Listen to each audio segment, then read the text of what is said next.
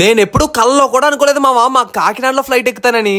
అసలు ఆ మ్యాటర్ ఏంటంటే ఈ రోజు నాకు మా హంసుకి చాలా అంటే చాలా చీప్ గా ఫ్లైట్ టికెట్స్ దొరికాయి అనమాట. ఫ్లైట్ లేట్ అవుతుందని ఫాస్ట్ గా రెడీ అయిపోయి మా కాకినాడలో ఉన్న ఎన్టీఆర్ బీచ్ కి వెళ్ళిపోయాము. ఫ్లైట్ ఏంటి కాకినాడ బీచ్ ఏంటి వీడికి పిచ్చి బాగా ముదిరింది అనుకుంటున్నారు. నిజమే మావా, ఇప్పటి వరకు వైజాగ్ లో ఉన్న సబ్మెరైన్ మ్యూజియం కోసం గొప్పలు చెప్పుకుంటే విన్నాం, కానీ ఇప్పుడు మన కాకినాడలో కూడా నేవీ ఎయిర్ క్రాఫ్ట్ మ్యూజియం ఉందని గొప్పగా చెప్పుకునే టైం వచ్చేసింది. దీని ఎంట్రీ టికెట్ అయితే జస్ట్ 40 రూపీస్ మావా, చిల్డ్రన్ కి అయితే 20 రూపీస్ చార్జ్ చేస్తున్నారు. ఇంకా బోర్డింగ్ పాస్ చెక్ చేసి లోపలికి పంపించేసిన వెంటనే మన నేవీ వార్ ప్లేన్ అయితే కనిపించేస్తుంది అనమాట. ఇంకా అస్సలు లేట్ చేయకుండా లోపలికి అయితే వెళ్ళిపోయాము. నిజంగా లోపల మాత్రం మామూలుగా లేదు మావా. ఇక్కడ ప్రతిదీ ఎలా పని చేస్తుందో మనకి గైడ్ కూడా వచ్చి చెప్తారనమాట. ఇంకొక విషయం ఏంటంటే ఇక్కడ ఇద్దరు పైలట్స్ కూడా కూర్చొని ఉన్నారు. మళ్ళీ వీళ్ళకి గాలి తాగట్లేదని ఫ్యాన్లు కూడా పెట్టారు. ఇంకా చాలా మంది పైలట్స్ ఉన్నారు కానీ వాళ్ళు బయటికి రారంట, అక్కడే కూర్చుంటారంట. ఇక్కడ చూడడానికి మంచి మంచి విజువల్స్ ఉన్నాయి మావా, ఫుల్ గా టైం పాస్ అయిపోద్ది. ఇక్కడతో మొత్తం అయిపోయింది అనుకుంటే మీరు పప్పులో కాలేసినట్టే. ఆ ప్లేన్ దగ్గర నుంచి కొంచెం పక్కకు వస్తే ఇక్కడ ఇంటర్ప్రిటేషన్ సెంటర్ అని ఉంటది మా. లోపల మాత్రం ఒక మినీ థియేటర్ లా ఫుల్ లగ్జరియస్ గా ఉందన్నమాట. ఇక్కడ మనకి ఆ నేవీ వార్ ప్లేన్ ఏమేం చేసిందో దాని హిస్టరీ మొత్తం ప్లే చేసి చూపిస్తారు. నెక్స్ట్ కౌడ బీచ్ పార్క్ లో చూడాల్సినవి, చిన్నపిల్లలు ఆడుకోవాల్సినవి చాలా ప్లేసులు ఉన్నాయి మావా. ఇవన్నిటికీ జస్ట్ 40 రూపీస్ తీసుకుంటున్నారంటే వర్త్ అనే చెప్పుకోవాలి. మరి ఇంకెందుకు లేటు, ఈ reel me friends and family members కి షేర్ చేసి ఖాళీ ఉన్నప్పుడు వెళ్ళిపోయి. ఇలాంటి మంచి ఫన్నీ వ్లాగ్స్ కోసం అకౌంట్ ని ఫాలో కొట్టడం మాత్రం మర్చిపోద్దు. సరే మళ్ళీ నెక్స్ట్ వ్లాగ్ లో కలుద్దాం మావా, బాయ్.